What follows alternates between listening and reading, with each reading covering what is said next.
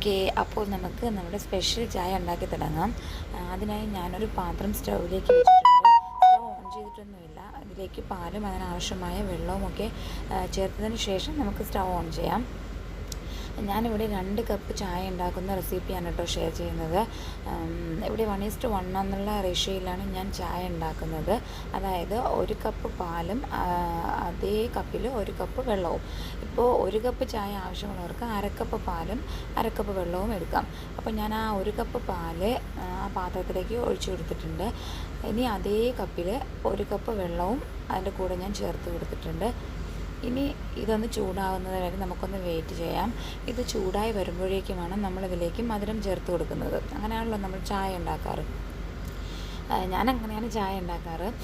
അപ്പോൾ ഞാനിവിടെ മധുരത്തിന് പഞ്ചസാരയല്ല ഉപയോഗിക്കുന്നത്, പകരം ബെല്ലം എന്ന് പറയും. എനിക്ക് തോന്നുന്നു മിക്കവർക്കും അറിയാം.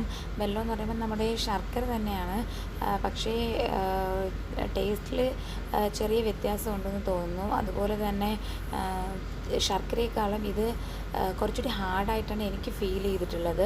അപ്പോൾ എനിക്കിതെൻ്റെ ഒരു ഫ്രണ്ട് പറഞ്ഞു തന്ന റെസിപ്പിയാണ്. അവൾ ആന്ധ്രയിൽ നിന്നുള്ളതാണ്. ഞാൻ UAE വന്ന സമയത്ത് എൻ്റെ നെയ്ബറായിരുന്നു. അവൾ എനിക്ക് ഈ ചായ ഉണ്ടാക്കി തരാറുണ്ടായിരുന്നു.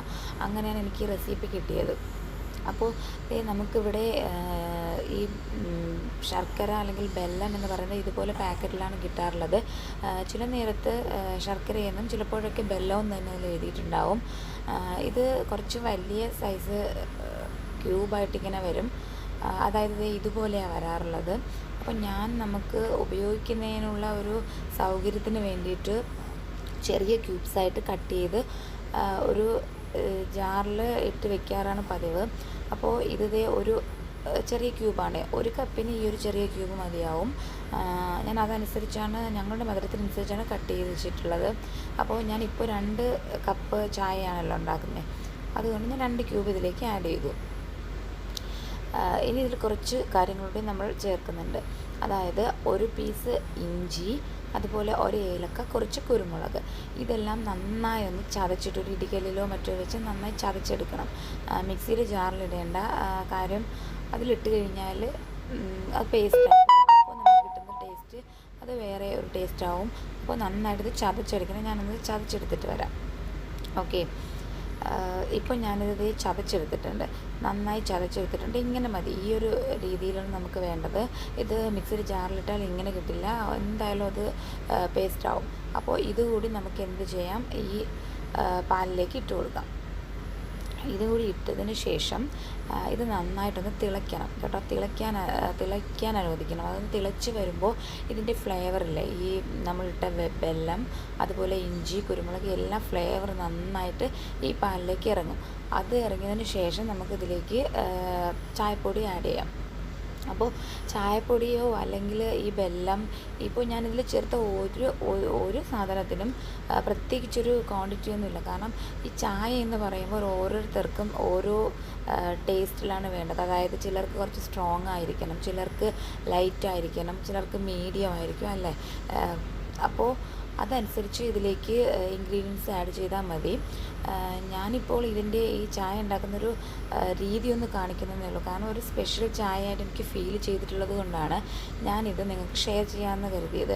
കാരണം ഞാനിവിടെ UAE വന്ന ടൈമിൽ എൻ്റെ ഫ്രണ്ട് എനിക്ക് ഉണ്ടാക്കി തന്നാന്ന് പറഞ്ഞല്ലോ, ഈ കോൾഡ് കപ്പൊക്കെ ഉള്ള ടൈമിൽ ഈ ഒരു ചായ കുടിച്ച് കഴിഞ്ഞപ്പോൾ എനിക്ക് നല്ലൊരു റിലീഫ് കിട്ടിയിട്ടുണ്ട്. അത് കംപ്ലീറ്റ് ആയിട്ടൊന്നുമല്ല കേട്ടോ, എങ്കിലും അതുകൊണ്ടാണ് ഞാൻ ഈ ചായ നിങ്ങൾക്ക് സജസ്റ്റ് ചെയ്യുന്നത്.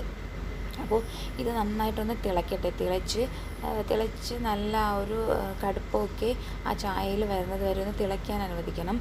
നമ്മളിപ്പോൾ ഈ 2 കപ്പ് പാല്, അതായത് 1 കപ്പ് പാലും വെള്ളം എടുത്തിട്ടുണ്ടെങ്കിൽ നമ്മൾ ചായയായി വരുമ്പോൾ നമുക്കതൊരു 3/4 കപ്പ് വീതമേ ഉണ്ടാവുള്ളൂ. കാരണം അങ്ങനെയാണ് നമുക്ക് ചായ വേണ്ടത്.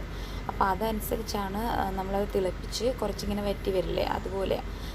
ഇപ്പോൾ ഇഞ്ചി കുരുമുളകൊക്കെ ഇങ്ങനെ ചതച്ച് അപ്പോഴത്തേക്കും ഇങ്ങനെ ഉടനടി ഇങ്ങനെ ചതച്ചെടുക്കാൻ ബുദ്ധിമുട്ടുള്ളവർ കുറച്ച് പെപ്പർ പൗഡറും, അതായത് ക്രഷായിരിക്കും കുറച്ചുകൂടി നല്ലത്. അതുപോലെ തന്നെ ചുക്ക് പൗഡർ ഇട്ടില്ലേ, ഡ്രൈ ജിഞ്ചർ പൗഡർ അതുണ്ടെങ്കിൽ അതിൽ നിന്നൊരു 1/4 ടീസ്പൂൺ ഇട്ടാലും മതിയാവും. അതുപോലെ ചിലപ്പോൾ ഈ വെല്ലത്തിൻ്റെ ടേസ്റ്റ് ഇഷ്ടമില്ലാത്തവർ പഞ്ചസാര ഇട്ടിട്ട് ഈ പറയുന്ന പോലെ ഇഞ്ചിയും ഇതൊക്കെ ചേർത്താലും നമുക്കൊരു ഡിഫറെൻറ്റ് ചായ കുടിക്കാം. അത്ര തന്നെ. കുറച്ച് ബുദ്ധിമുട്ടി കഴിഞ്ഞാലും സാധാരണ നമുക്ക് ചായ എന്ന് പറയുമ്പോൾ പെട്ടെന്ന് പാലും വെള്ളമൊക്കെ വെച്ച് തിളപ്പിച്ചെടുത്ത് കുറച്ച് ചായപ്പൊടി ഇട്ടെടുക്കുന്ന ചായയാണല്ലോ. പക്ഷേ ഇത് അതിൽ നിന്നും ഡിഫറെൻ്റായി കുറച്ച് ടൈം എടുക്കുമെങ്കിലും നല്ലൊരു ചായ കിട്ടും. ഞാൻ എൻ്റെ ഗസ്റ്റുകളൊക്കെ വരുമ്പോൾ ഈ ചായ തന്നെയാണ് കൊടുക്കാറ്. അപ്പോൾ ഇത് നന്നായി തിളച്ചിട്ടുണ്ട്. ഇനി നമുക്കിതൊരു അരിപ്പയിലൂടെ അരിച്ച് ഒരു കപ്പിലേക്ക് ഒഴിക്കാം. അപ്പോൾ അരിച്ചെടുത്തതിന് ശേഷം നമുക്ക് ഇത് ചൂടോടുകൂടി കുടിക്കാം. ഇത് ചൂടോട് തന്നെ ഇത് കുടിക്കുക. വളരെ ടേസ്റ്റി ആയിട്ടുള്ളൊരു ചായയാണ്. എല്ലാവരും ട്രൈ ചെയ്യണം. ഞാൻ പറഞ്ഞ പോലെ കോൾഡിനും കഫിനൊക്കെ നല്ലൊരു ചായയാണ്. അതൊക്കെ മാറി ഫുള്ളായിട്ടില്ലെങ്കിലും കുറച്ചൊരു ആശ്വാസം കിട്ടും. എല്ലാവരും ട്രൈ ചെയ്യുമെന്ന് പ്രതീക്ഷിക്കുന്നു. Okay, thank you.